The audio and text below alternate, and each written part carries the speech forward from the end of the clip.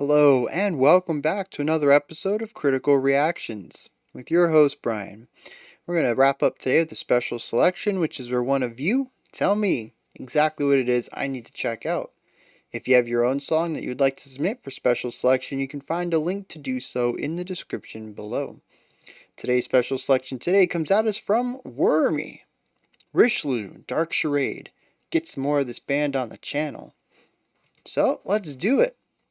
We got some Rishloo coming up. This is Dark Charade. Let's see what they're bringing to the table today.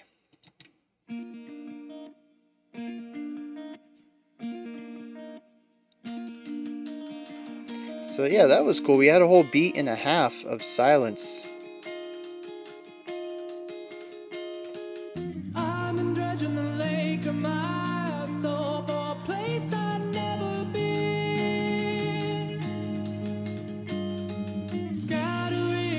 We've shifted to like a,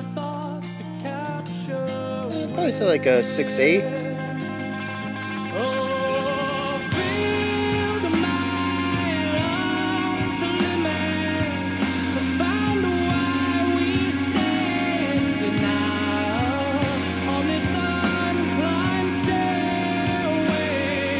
Very big sounds.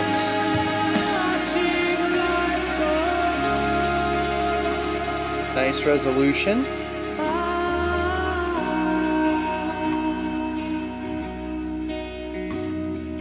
I'll make it easier on those of us who don't know that I am still here imagining dial tone schemes. Gorgeous ideas so far. I'm really loving this.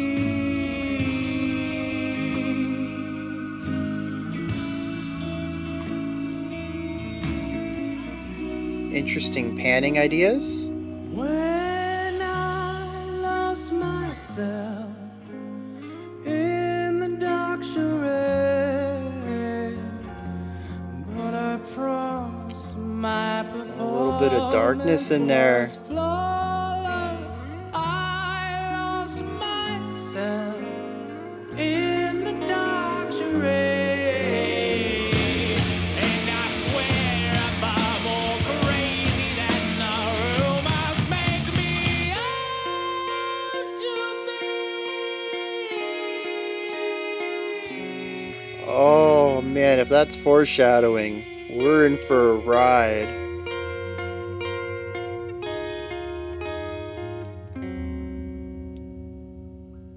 I love the uncertainty of that chord.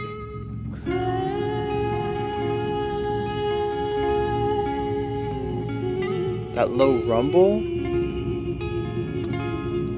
The delayed vocals, spatially placed.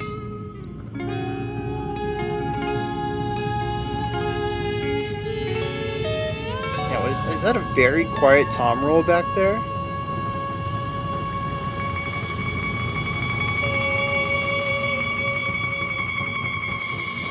Timpani. That's a timpani. Very cool.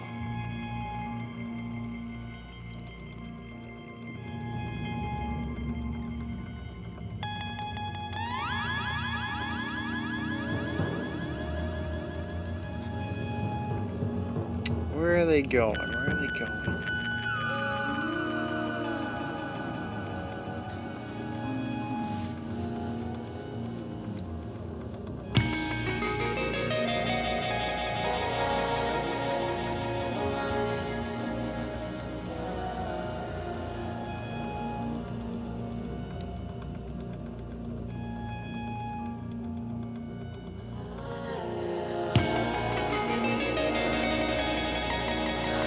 Very dreamlike with all this reverb we've got on the guitar.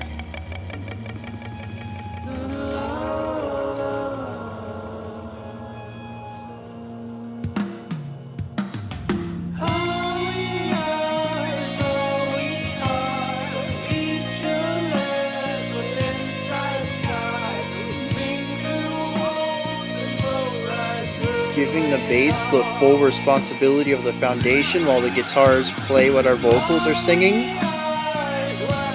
just really separating those two elements.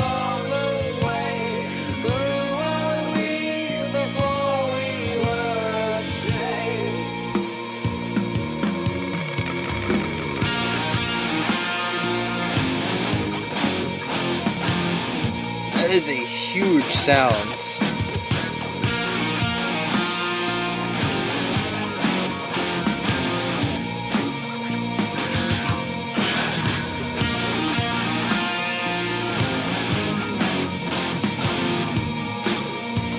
The width of the notes continue to shrink.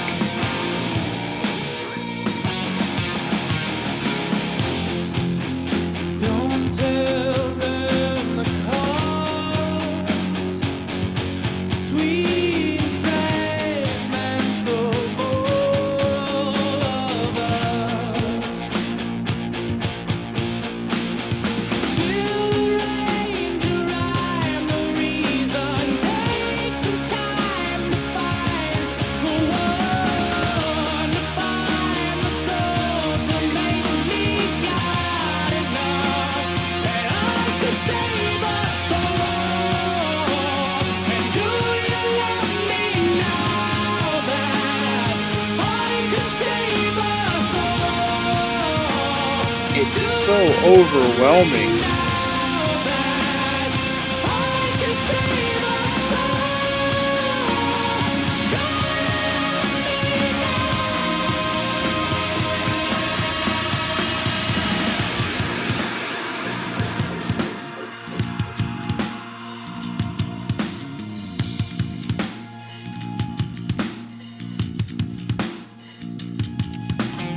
If you just stand over here, we'll find a place where you can waste away. Sorry, it's not what you sought, but superstition is all we brought today.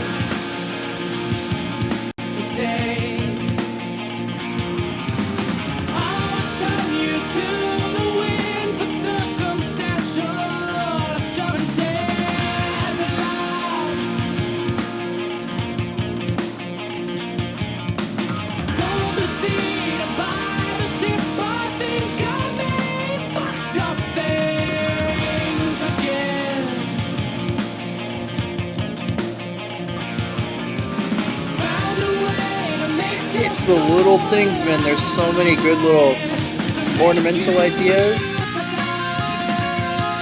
All these little drum rolls, the little guitar ideas.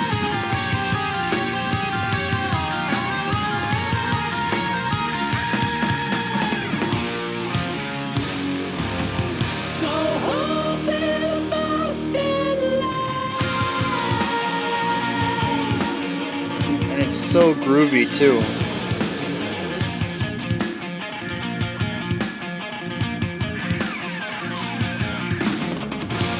This was all an unfortunate mistake. Do you recall a little bit of innocence, a time that we could still forget and forget? I remember plastic pills and crystal balls within syringes filled. Dude, this hi-hat work is so clean. And then shifts over to the ride.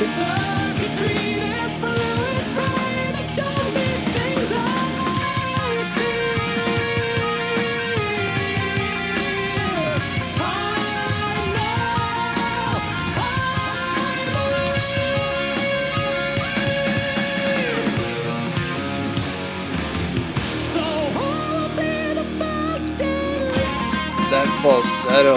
Second time I think.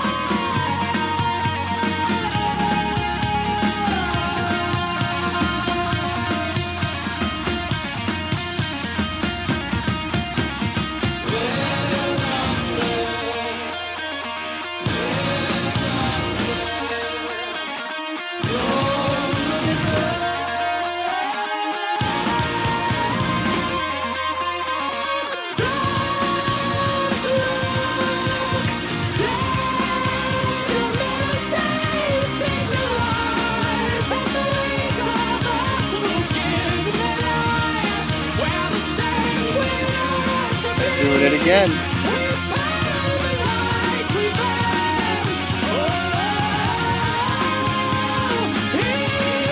We got some sort of pitch bell over here. Really quiet but beautiful.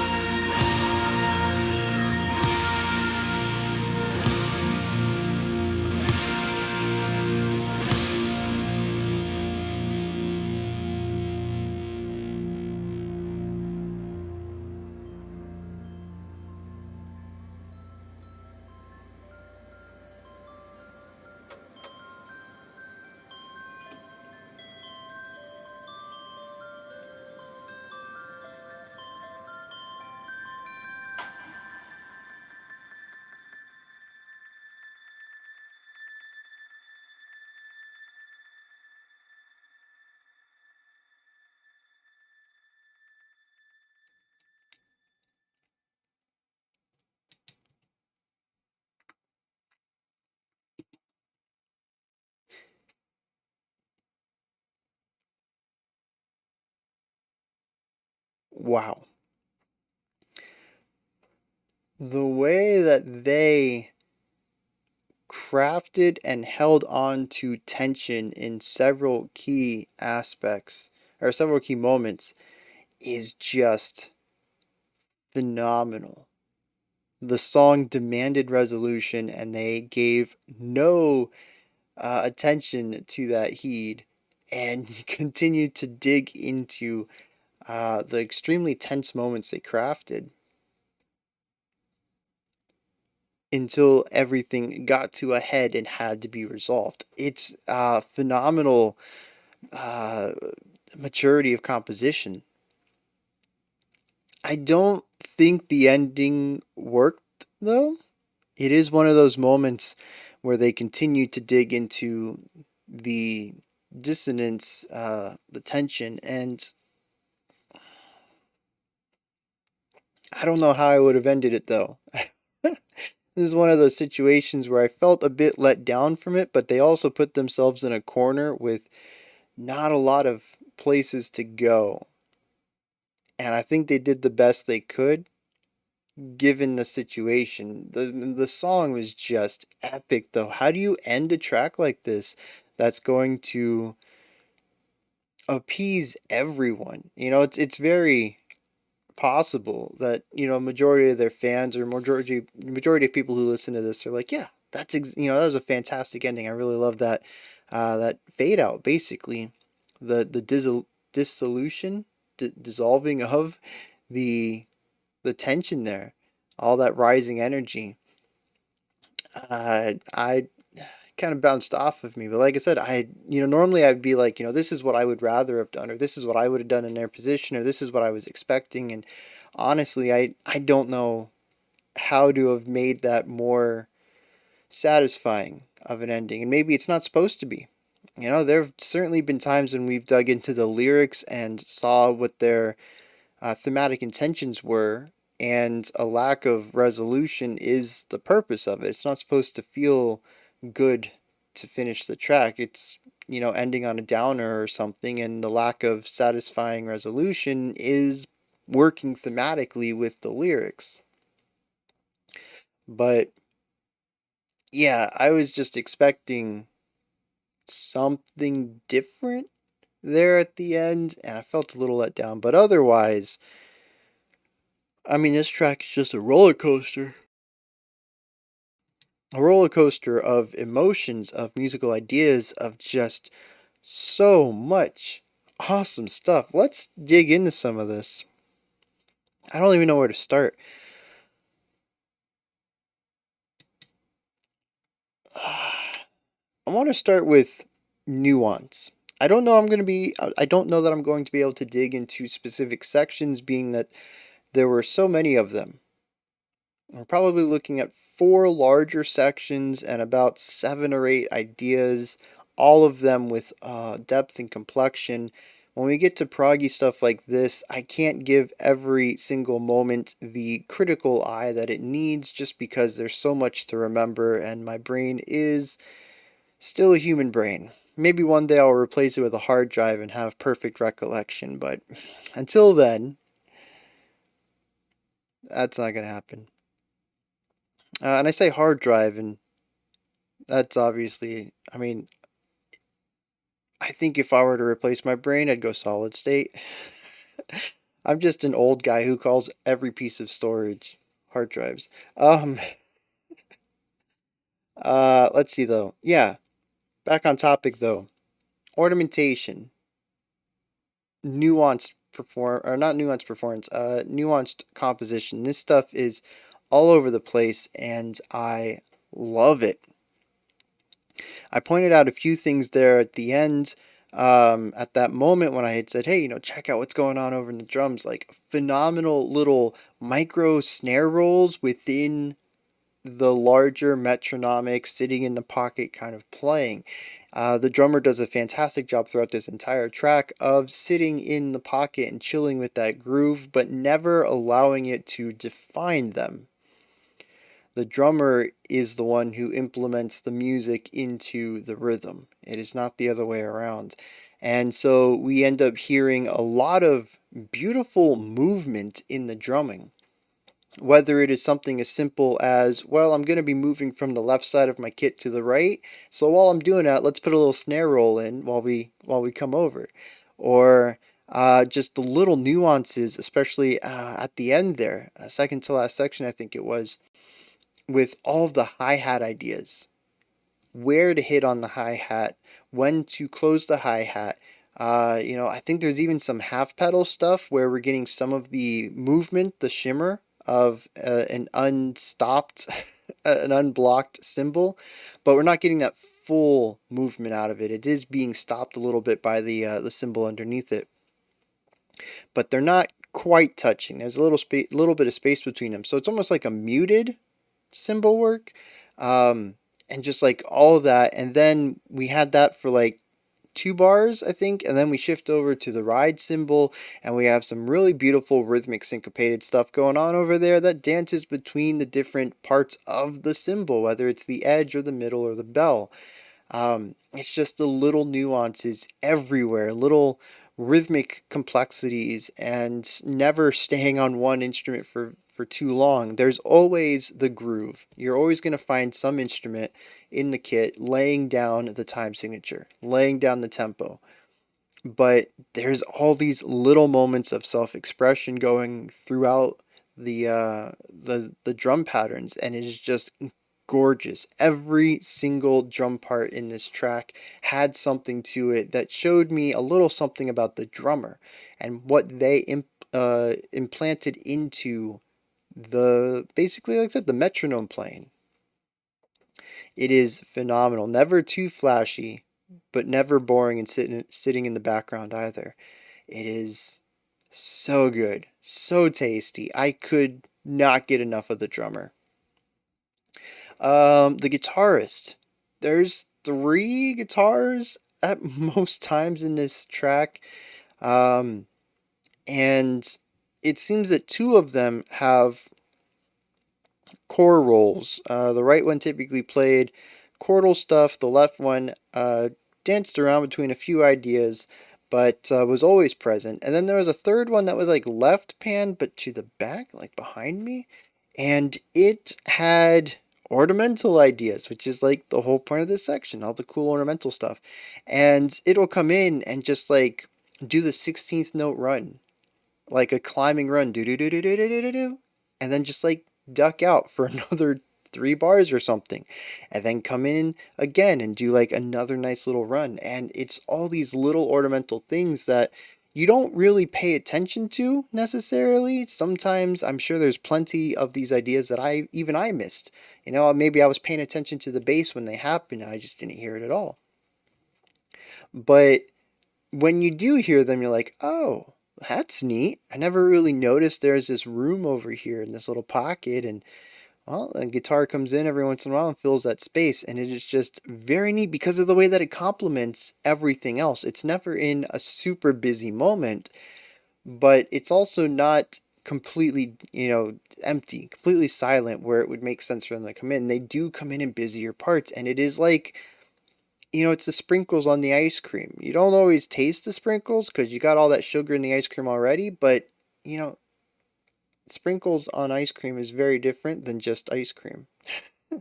And that's kind of what this is. It's that little bit of extra spice. I'm shifting my metaphors to soups now.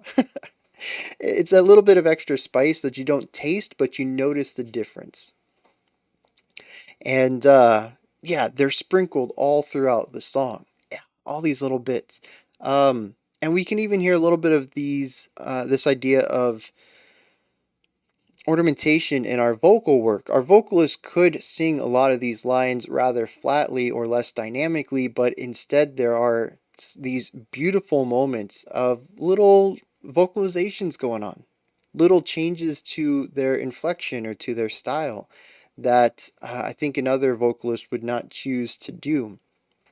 There was a couple of moments where he had these nice rising ideas, and instead of going up to the next note, which would have made perfect sense, they dropped down like a fifth and went for a bit of a deeper tone before hopping back up.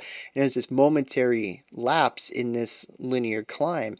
And it's just little ideas like that. Like, why would you do that? It sounds amazing, but it's not something I think most people would go for because it's not the um, I want to use the word natural, but I don't think that expected might be another word that I think works well there. It's just not the typical direction to go. If you have a nice rising idea, you continue to rise. And instead, in a few places, like I said, dropped it down, instead subverted my expectations while also providing a lot of extra color and showing me a little bit more about this vocalist. Very nice stuff. The next thing I want to talk about is sort of tone, atmosphere. This is something that I touched on at the beginning. A lot of the song, at least in the first 3 minutes or so, is just very bright and uplifting, beautiful, flowy. It's very palatable. It's very, I would say, even traditionally gorgeous. It's a very flowery type of performance or type of composition with a lot of moving ideas that complement each other and very flourishy sort of guitar lines that kind of come in one after each other. So instead of just layering it straight away, we get nice fade-ins kind of on all these different ideas. And so it comes off feeling like a very large arrangement. I have no idea how many instruments are actually here. um, by the end of the track, though, it felt like there were a good 20 at least throughout the song. But I'm curious about the band. I probably asked this last time we checked out Rishloo as well, and it's just been so long that I've forgotten. But is this a small band that dances around between a lot of instruments, or a small band that utilizes virtual instruments, or is this a large orchestration? There is definitely the rock orientation here. We have three guitars and a bass and a vocalist and a drum kit, but there's also there's violins. There's some sort of bell that I heard. I want to say it was a xylophone, but I'm not entirely sure because it's very quiet and covered up. There's just a lot of little ornamental instruments showcased throughout here as well. And we get these very rich, flowing styles of musical lines across the first few minutes. We kind of shift away from that as the song progresses into more kind of moving away from that classical vibe of layering into more of a prog rock vibe of layering, where everything's sort of more heavy handed. But in these opening few minutes, we have this very flourishy kind of style. It's very flowery. It feels very bright and light and agile. And part of this, I think, also comes from the vocals because there's a lot of vocal jumping going along here, which is just, it's so good to listen to. But what's interesting is that paired with this is a lot of very bright and happy chords. It's a very positive moment of the song. especially for a track called Dark Charade. Dark's right there in the title, and we don't really hear a lot of darkness. And I think it was about 2 minutes in, and we got a really dark chord, very tense. And then we got a tenser one. And then we got a real dark one. And then we just kind of resolved it back up to the brightness. We resolved it back up to the brightness, but we brought the intensity down. It was only like a couple of instruments just kind of sitting around, some near silence. And I had made a comment about if that's foreshadowing for the future, we're in for a ride. And this moment was what told me that these guys are going to be playing around with contrasting elements heavily, and we hear a ton of this, especially chordal. This is not a song that I think is intricate with its chords.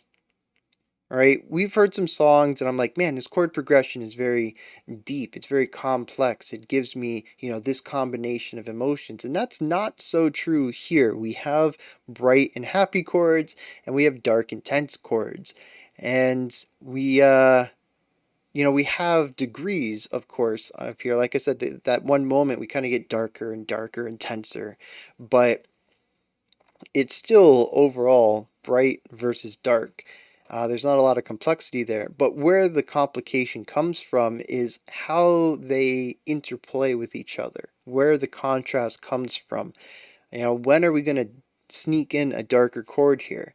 And I think it was really fun every once in a while having that little reminder that there is this darkness underneath all of this, gorgeous writing, this very positive, optimistic sound. There's a darkness hidden underneath, and we got to hear full-on dark sections as the track went on.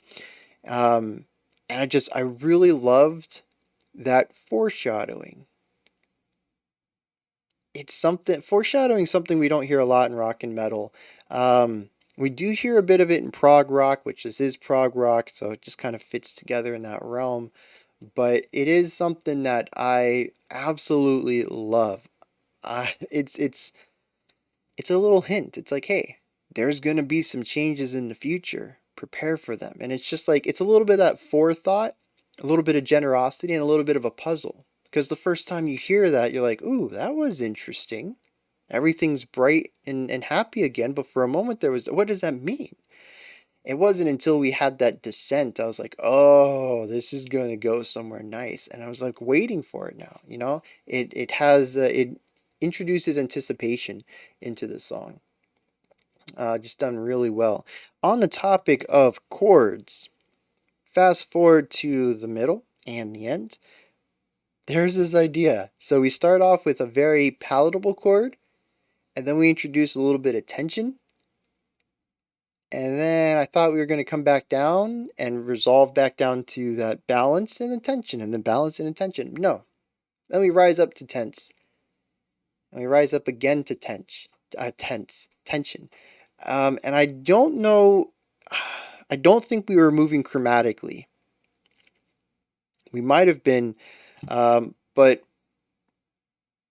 we continued to rise and rise and rise, and the pitch continued to get higher and higher, and the volume began to get louder and louder, and the notes began to become more tense. There was more dissonance included in them. They were less stable than before.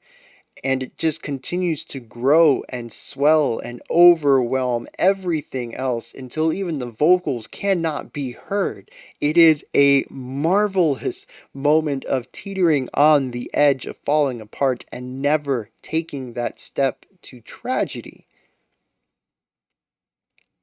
It is a tightrope walk of having the listener sit on their seat to feel their walls closing in and holding on to that moment just long enough to where it seems like I personally could not take any more, and they release it.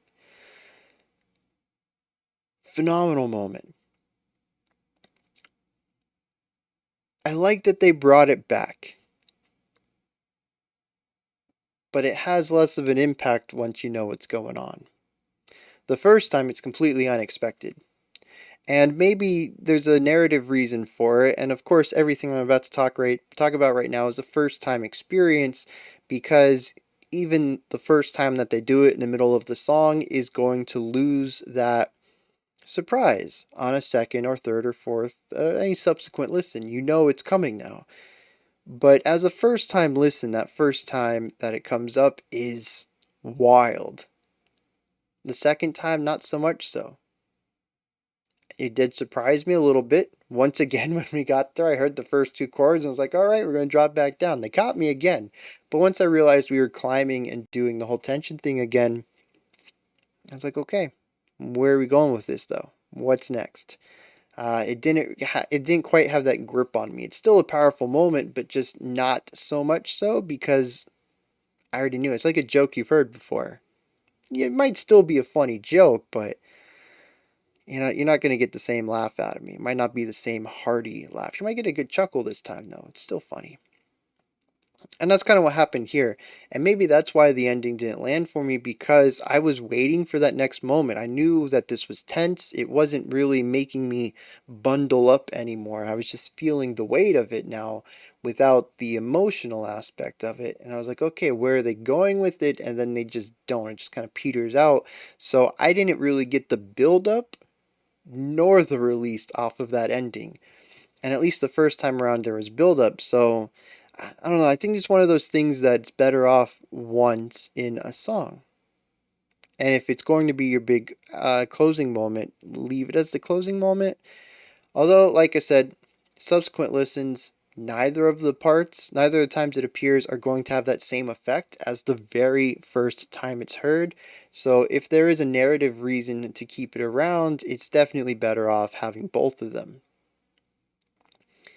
Um, But yeah, it's such a masterful moment. And it begins to, I mentioned that it swells and overlaps and it just takes over every other sound in the mix. The vocals eventually get so overwhelmed, I can't even hear what they're saying anymore. It's a major moment. It's huge. Um, and it is, like I said, that first time, it is not a joy to listen to, but it is a joy to think about and appreciate what they could achieve sonically. To me, I was in a very tense, stressed place right there. And it's just phenomenal to think that sound coming into my ears can do that. Calculated sound coming into my ears. I want to talk a little bit about the vocals, because they're gorgeous. But no, for real, our vocalist is extremely talented, and there's quite a few different styles here. We have that very effortless, sort of airy, kind of just whimsical kind of sound that we have at the beginning. The vocalist also has a bit of a bite when they want to. We get into some of those darker sections and really sells the darkness there. It is a phenomenal part of the track, I think, because the music, it's easy to deliver darkness. You crank up your compression and your distortion, and you just play some darker chords. Like, all this is super documented.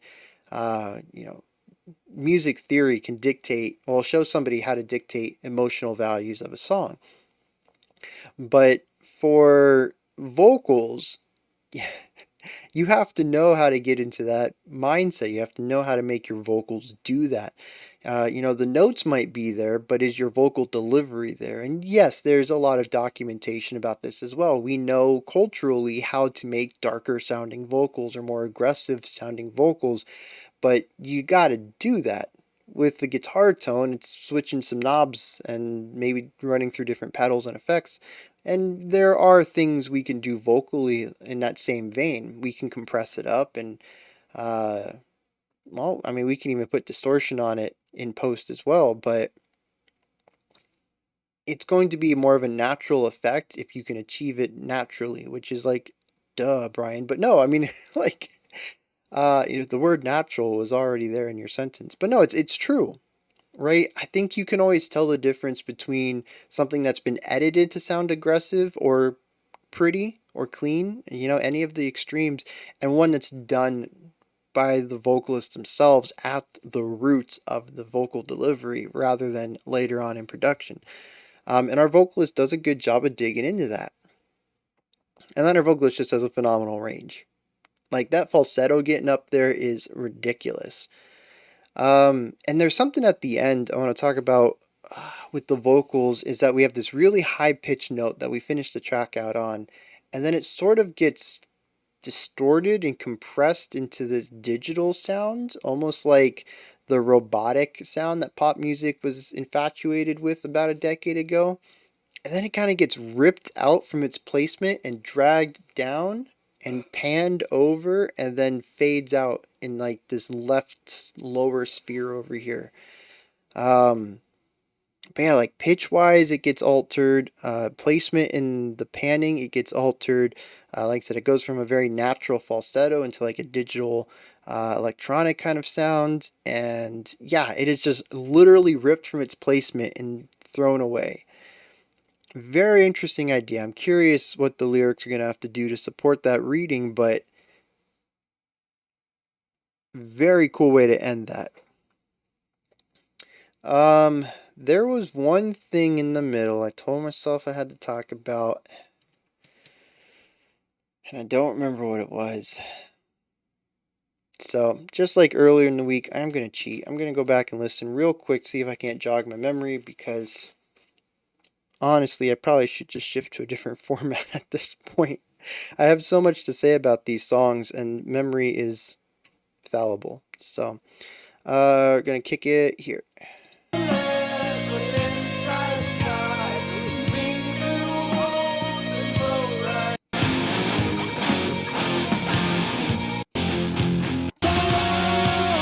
So that's what it was. I want to talk about that part. There's a very cool moment there, which you just heard. Jogged my memory. Maybe it jogged yours. We shift to the heavy part of the song. I think it's one of the heaviest parts of the song. Definitely the darkest as far as tone and composition. The guitars have this really cool thing going on where we have this super wide tone where the notes are also allowed to be extended out and have their full range on them. And then we take that idea and the next bar, we shrink it down a little bit. The tone is a little thinner and the notes are also cut off a little early. And then in the final portion of this, we actually shift to very quiet by the standards we've been given, but palm muted notes. So we're only getting the chuck, chuck, chuck, chuck, the attack of the note with all the distortion and compression on it. Without the actual tone, we don't have the resonance, we don't have anything else, and it is this narrowing down. It's this capturing of this sound. It is the big booming darkness here, and the sound is finding or something is finding a way to compress, suppress, and capture this darkness. And I don't think that it's a coincidence that after this capturing of and containing this really aggressive sound, we return to things that are more palatable and brighter and happier. It's a really interesting moment of the song that I felt had a strong storytelling component to it. Now, I'm sure I've forgotten some smaller nuances here and there, but I mean, the overall story here that I'm getting is, like I said, whimsical, bright, happy go lucky kind of vibes, a little bit of darkness added. We dig into this darkness, we suppress the darkness, and through the suppression, we have this rising tension until there's an explosion. There's too much stress. After this explosion, we kind of meander around these ideas again and have another rising element that ends with our vocalist, our beautiful note up here, being grabbed and distorted and twisted and tossed to the side. That's what I get out of this. And like I said, I'm probably missing some nuanced ideas throughout here, but as a surface level first time listen, that's what I've got. So, let's see what the lyrics are about and see if we can find any thematic through line through any of this.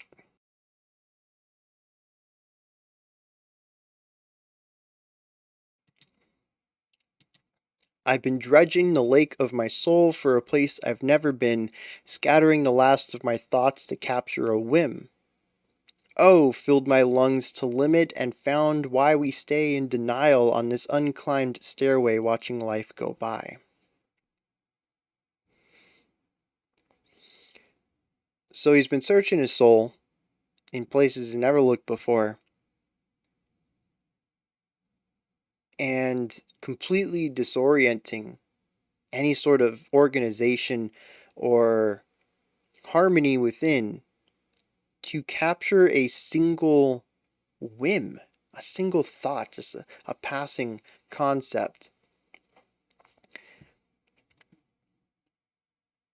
I'll make it easier on those of us who don't know that I'm still here, imagining dial tone schemes. That goes right over my head though. When I lost myself in the Dark Charade, but I promised my performance was flawless. I lost myself in the Dark Charade, and I swear I'm far more crazy than the rumors make me out to be.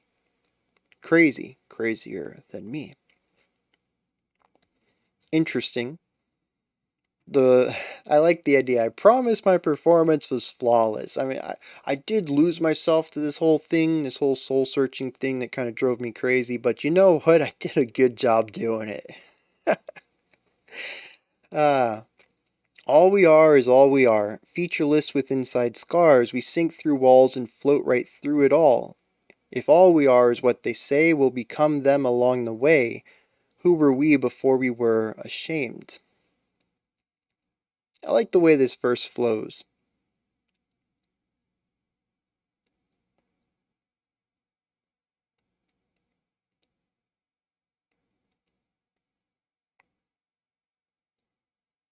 But I don't know exactly. All we are is all we are. So we are who we are. I don't know what to think about sinking through the walls. But he says, but if we are what they say we are, then we will become them because obviously they don't know us, they only know themselves. And if we do that, then who were we before we became ashamed? Hmm. Don't tell them the cause between fragments of all of us. Still the rain to rhyme the reason. Take some time to find the one, to find the soul, to make me God enough that I could save us all. And do you love me now that I can save us all? Do you love me now that I can save us all? Do you love me now? Interesting. So through these four verses so far, four verses, we have a person who is digging through themselves to find answers about something. They are losing their sanity in this search. I don't quite know what the search is for. It said it's for a whim. It also says that he's figured out why we stay in denial on this unclimbed stairway as we watch life go by. I'm not quite sure what that's all about yet. And he sits here imagining dial tone schemes. But regardless, this person has lost their mind looking for something, and they believe that they have found the thing that will make them God enough to save everyone. And through all of this person has given up so much of themselves and has invited insanity into their life. I think that's represented by the darkness, which is quite a bit more chaotic, not more aggressive than the whimsical aspects of the music. Um, and thus they themselves have changed. They are a different person now, and they're wondering possibly, well, actually, I'm wondering if possibly they did all this to save one person. He says that I want to find what will make me strong enough to save everyone. But do you love me now that I can do that? There's a very specific, I mean, it could be a royal you, could be, but I'm reading it as a specific you because of the way this simplifies. And do you love me now that I can save us? Do you love me now that I can save us all? Do you love me now? The now gets replaced. It's no longer after the comma. It's not a separate idea. Do you love me now that I can save us? It's do you love me now? It's been combined into this idea. It is a very specific person he's speaking to. Makes me think that our narrator here has gone out of their way to achieve a power that has caused them to lose themselves, all for someone else. There is something very tragic in that, if that is correct. If you'll just stand over here, we'll find a place where you can waste away. Sorry, it's not what you sought, but superstition is all we brought today. I'll return you to the wind for circumstantial assurances, love. Sold the sea to buy the ship. I think I may have messed things up again. Found a way to make your soul alive, to make you slide. So who will be the first in line? So there is a single person here.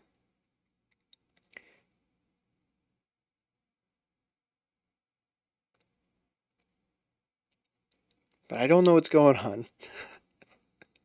I sold the sea to buy the ship. I think I may have messed things up again.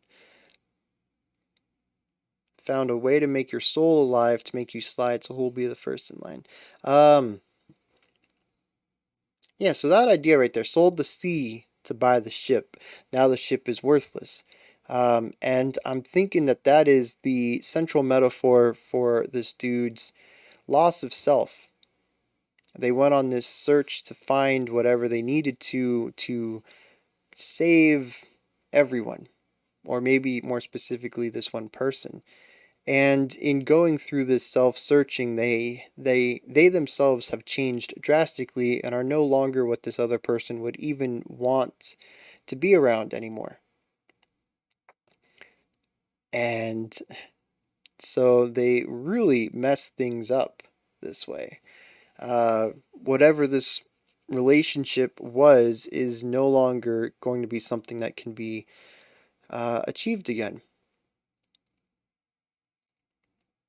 And I think they understand it at this point. This was all an unfortunate mistake. Do you recall a little bit of innocence, a time when we could still forgive and forget? I remember plastic pills and crystal balls within syringes filling up with algorithms, circuitry. This fluid frame has shown me things I fear, I know. I believe, so who will be the first in line? Interesting that at this point, we're 2 verses away from the outro, where the voice becomes digitized and tossed away, that we have begun to talk about the time before, when more human elements were things that helped me get through life, syringes and crystal balls and pills. And now I am just a fluid frame with algorithms and circuitry. They're not there, they're not there. Don't look at them, don't look, stare with your menacing cinder eyes at the least of us who have given our lives, or the sanguine ought to be. We pale in the light, we bend. Oh, enough said. What's the love, you liar? Or where's the love, you liar? Yeah, so I don't know exactly everything that's going on here, but it seems, like I said, there was a falling out between two people, and one person, our narrator, felt that they could repair things if they were different, if they had different knowledge, or if they could change in some way. And they did, but the change brought about more than they bit off more change than they could chew, so to speak, and became someone different along the way. They invited in a type of darkness, and they did it all for this relationship, but who they became wasn't someone that this other person wanted to be around anyways. And so they're left with this new shell, this new state of being that they don't seem to be too happy about.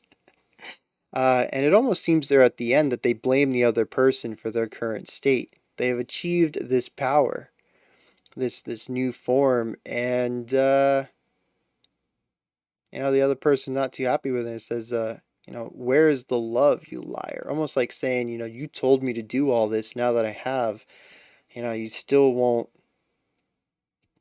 you know, reciprocate my love for you. Yeah, I don't know. Interesting though.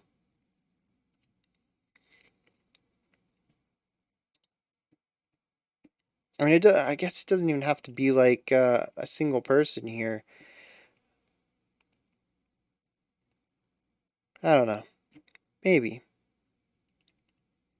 I mean, in the end, we have somebody who achieved godhood and feels like they were owed something. And that's kind of what I'm getting here.